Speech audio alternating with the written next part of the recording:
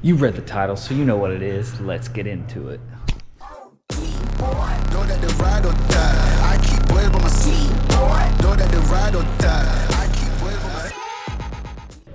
Alright guys, so we're back here with John's Goffinets Corvette. So where I last left off, we were still waiting on parts, obviously. Still waiting on parts today. But I'll show you kind of some of the work stuff that I'm working on right now. I got the A-pillar out of here for our pillar pods. Working on getting this all set up. Got my drill bit to drill the holes to actually mount that to it. And then I'm trying to figure out where my wires are gonna route for the actual gauges. So, and then where I'm gonna switch this on. I'll get the power source and ground and all that stuff for it. Both gauges need 5 volt or 5 amp switch. So I'm thinking about going up underneath that driver's side dash there somewhere and pulling wire or something through there to get where I need to be. So yeah, that's just a little update on where I'm at, and I'll get back to y'all in a little bit. Alright guys, a little update to what I am doing this morning.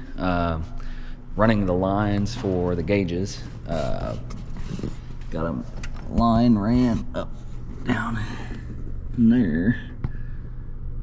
I don't know. So here's the boost pressure switch or wire.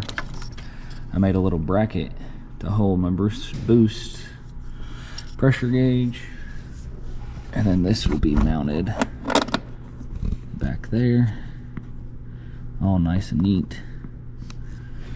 And then let's see here. So, there's the wire. Let me grab a flashlight to actually show you. So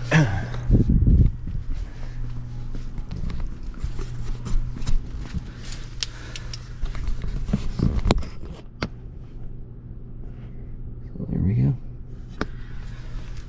And then those wires come in.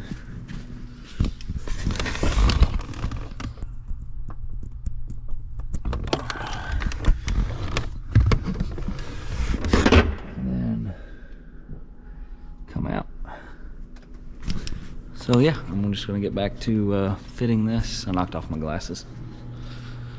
Get back to fitting this wires and might have the gauge pod installed today. I gotta figure out where I'm gonna tap in for my power and ground. It's gonna be easier if I have access to something inside the car than run wires outside the car. But I think the instructions say something about 5 amp. Might even say 10 amp. I feel like that O2 sensor is going to draw more than that. So let me do a little bit of digging on that, figure out where I'm going to tap into that, and then I'll check back in with y'all.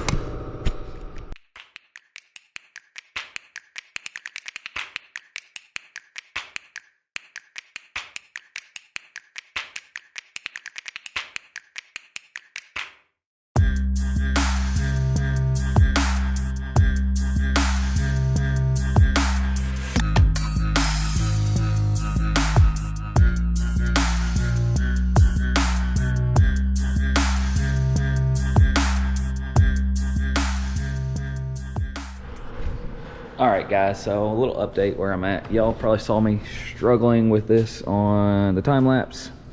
So I'm probably gonna fight with that some more with the time lapse off. Y'all don't need to see me sit there struggling try to get that on. But there's quite a bit of a gap there to try to get that thing down on the intercooler. Hopefully I can figure out something and get it slipped on. Then saw me messing with this little bracket I made to mount the module. That little module actually controls the auxiliary pump I am installing, the DSX auxiliary fuel pump. So that'll give us the added fuel that we need whenever we're pushing this thing at the higher horsepower numbers. So, I mean, if we see the numbers that I'm expecting, that auxiliary pump's going to be awesome and come in handy. I still need to run the power wire and ground wire for my interior gauges. I think I'm going to piggyback off of a couple of the interior fuses so I don't got to run any wires out here, and just ground them inside the car. And then I'm about ready to drill holes in this thing to get this thing mounted. So these little plastic caps kind of lock this cover on. I've already got some holes drilled on the inside for my wires to route in. So yeah, I'll check back in with y'all in a minute after I get something else done. I don't even know where I'm going from here, but I'm probably gonna fight that intake a little bit. So see y'all.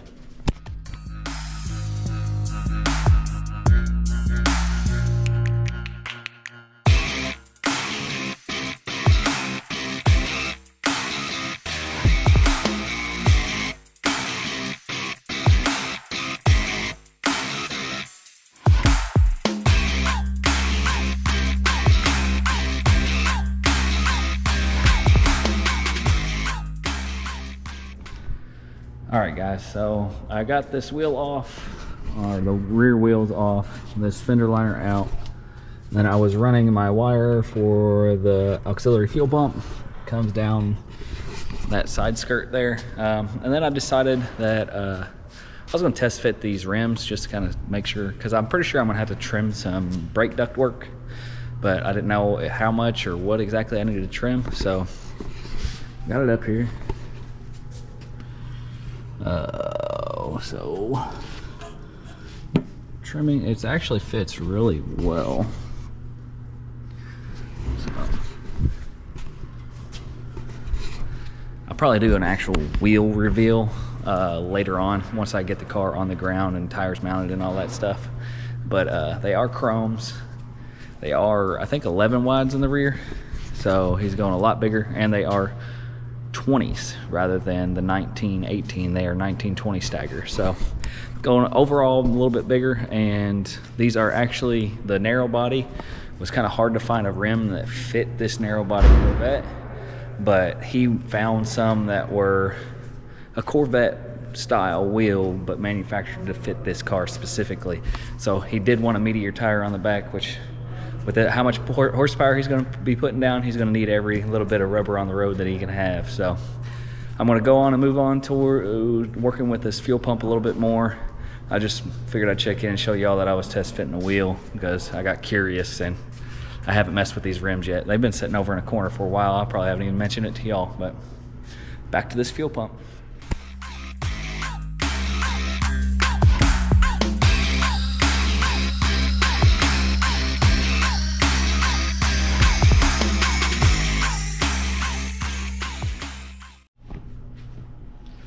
All right guys, so I'm kind of jumping around a little bit. The auxiliary fuel pump is actually kind of a little crude in a way that I have to drill a hole in the tank to put a fitting in it. And unfortunately, this tank has quite a bit of gas in it right now. So I'm gonna have to figure out how to get the gas out before I actually drill that hole, so I don't make an absolute mess whenever I do that.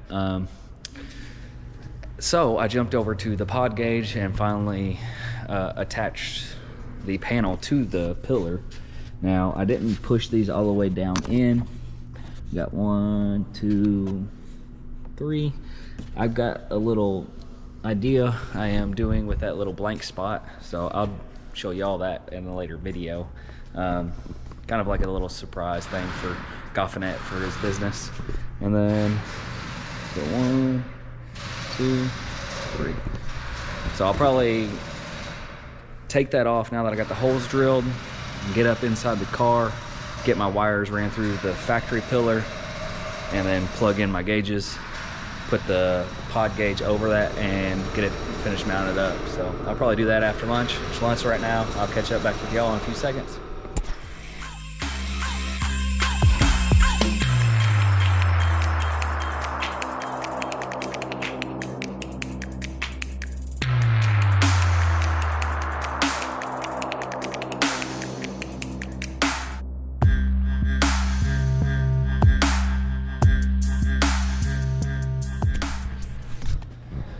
Okay guys, I got the fuel tank drained, put in all the fuels in those containers there.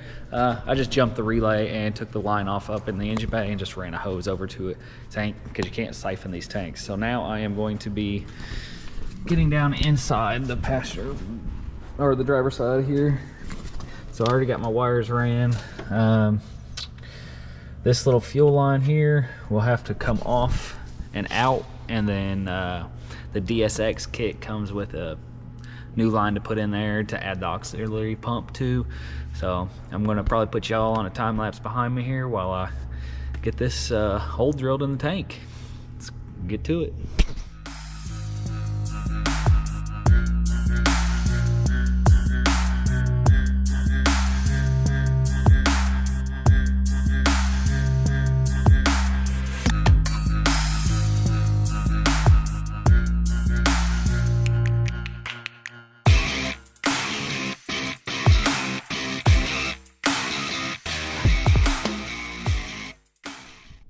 Alright guys, so as you just seen, I put a hole in the fuel tank. So I got that hole in there. Nice. I'm gonna have to tap it, and then they've got a sealer and a fitting that will be put in there. I've got this hard line ran connected, and then the other one goes all the way up there. There's up in there somewhere, it's hard to see. And then there's this line goes up to that top, and then this will go over to the fuel pump. The auxiliary pump will get mounted over there on the side. They got a nice little bracket that it'll get set up on. So I'm gonna get this hole tapped and the fitting fitted, and probably mount up the fuel pump, and then I'll get back with y'all. So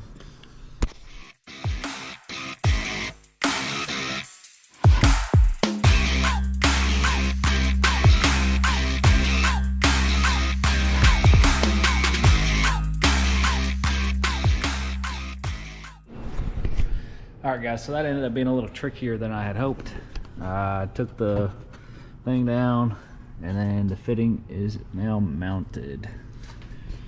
So there's quite a bit of that sealant. I ended up using it all just because I felt like it. I was able to thread it in, and then it felt like it started getting tight. So left a little bit of an angle, so it's kind of on a down slope. And then let's get this fuel pump mounted.